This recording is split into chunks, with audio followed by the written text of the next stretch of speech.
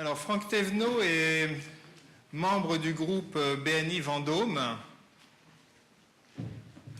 et conseil en marketing et développement commercial. Franck, tu as 8 minutes. Merci Marc-Léliane.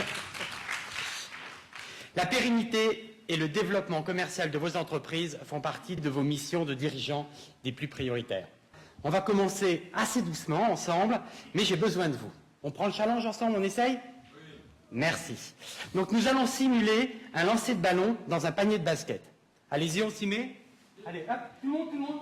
Si vous êtes pas, on ne va pas y arriver. Hein. Vous êtes prêts ? Allez, on shoot. Qui c'est qui a réussi ? Pas mal. Une des clés de cette réussite, c'est les 3 T. D'accord ? Les 3 T se basent sur talent, travail et ténacité.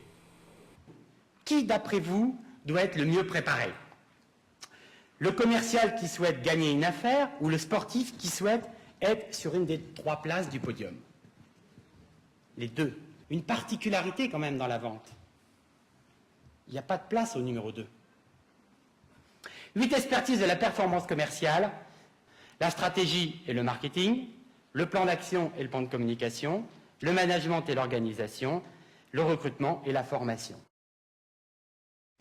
Numéro 1. Mon positionnement produit et société me permet d'avoir des offres légitimes et concurrentielles. 2.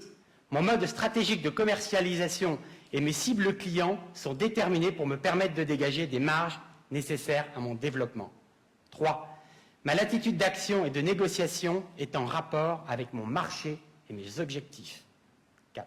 La qualité des produits et des prestations que je livre répond aux engagements de mes clients.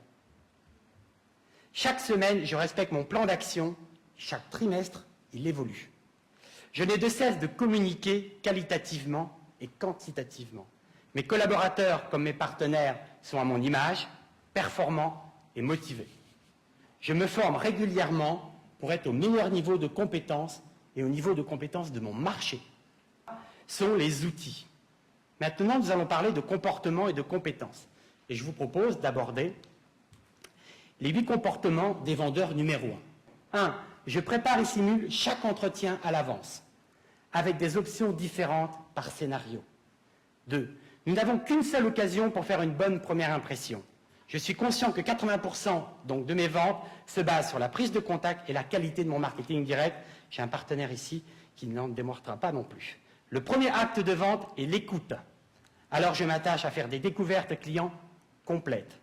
Je me suis doté d'un plan et d'un argumentaire de vente. Ma collègue l'a dit aussi tout à l'heure, plan d'action, argumentaire, tout ça doit être formalisé.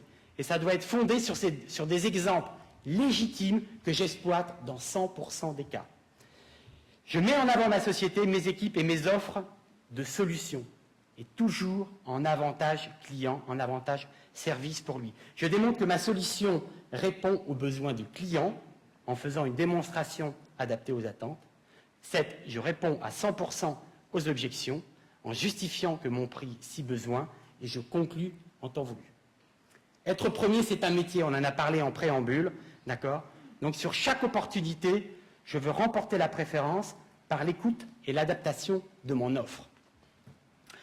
En résumé, pour multiplier par 2 votre taux de transformation. 1. C'est là qu'il faut vraiment prendre des notes. 1. Mon positionnement produit et société est légitime et ce sont mes atouts concurrentiels. 2. Ma stratégie et mes cibles clients sont mes axes de travail uniques.